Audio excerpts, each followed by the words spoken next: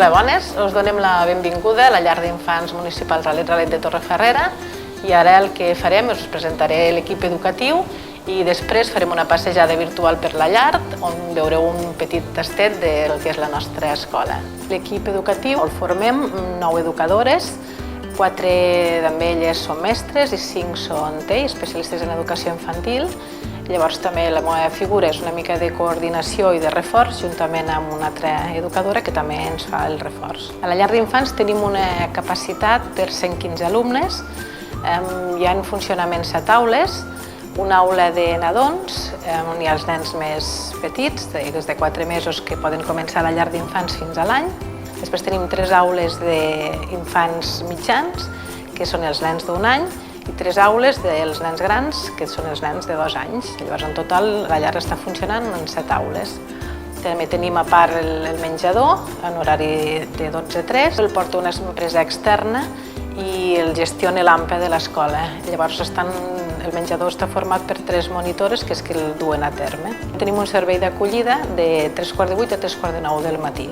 També tenim una aula de psicomotricitat on els nens van allà a fer treballs motrius d'una manera més global. Aquesta aula també a vegades la transformem i fem l'aula fosca, on amb llums els nens experimenten la claror i la foscor. Els altres espais que tenim a la llar són els exteriors. Gaudim de 3 patis molt ombrejats. Hi ha el pati de nadons, són un tancadet de fusta que és especial per ells. El pati dels nens d'1 any, que també està especial per ells, on tenim un sorralet, que allí passen moltes estones i s'ho passen molt bé.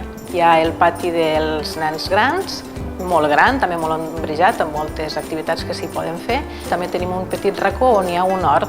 A la llar el que volem fer és crear vincles i vincles afectius amb els nens. Llavors el que s'intenta fer és ser empàtiques en ells. Llavors també per nosaltres és molt important el joc com a mitjà d'aprenentatge.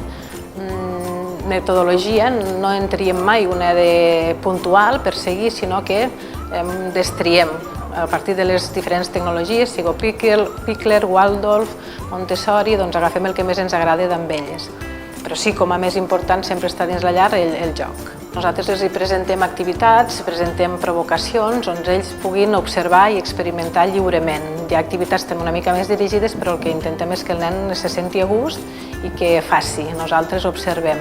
Llavors, un canvi que hem fet a la llar, referent als altres anys, és que hem intentat treure material de plàstic i introduir molt més material natural, sigui fusta, sigui cautxú, sigui suro, sigui ferro, sigui diferents materials, roba, i tot això és perquè el nen vegi més a prop, potser la natura, entrem una mica a la natura dins de la nostra llar. La relació amb les famílies per nosaltres també és un punt molt important, perquè no només eduquem nosaltres, sinó que la part, creiem, més important de l'educació del fill és la família. Per això el que intentem és mantenir un contacte molt estret. El dia a dia, per informar el que el nen fa a la llar, a l'aula, és mitjançant una agenda on el nen no pot explicar, no pot dir, sí que ho apuntem tot el que va passant al llarg del dia, com menja, com dorm, algunes activitats que fem i si hi ha hagut alguna cosa especial que s'hagi d'apuntar. També tenim unes pissarres on posem l'activitat general que s'ha fet aquell dia.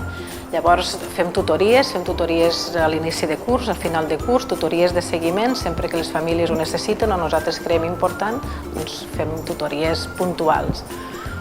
Ara no es pot fer reunions en gran grup, però intentem que tota la informació us arribi a través d'internet, de la nostra blog que tenim, de la nostra pàgina o en trucades.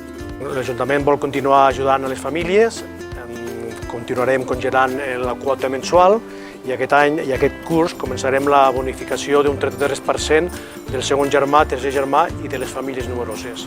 Continuarem col·laborant amb el professorat i amb l'AMPA. Aquest any, també de manera excepcional i per motius del Covid, també tindrem que fer la prescripció de manera telemàtica que començaria a partir del 10 de maig. La llar Ralet és el servei més important de l'Ajuntament, tant pel que fa al seu pressupost total com pel que fa al personal que hi treballi. I a més, en això es manifesta la voluntat de treballar pel futur del nostre poble. Aquí comença el benestar de les famílies i el futur de la nostra canalla. Per tant, us animem a confiar en nosaltres, en aquest equip docent, com han fet moltes famílies al llarg del temps. Fins aquí la passejada per la nostra llar d'infants Ralet. Esperem que us hagi agradat i per qualsevol dubte, per qualsevol pregunta podeu contactar amb nosaltres.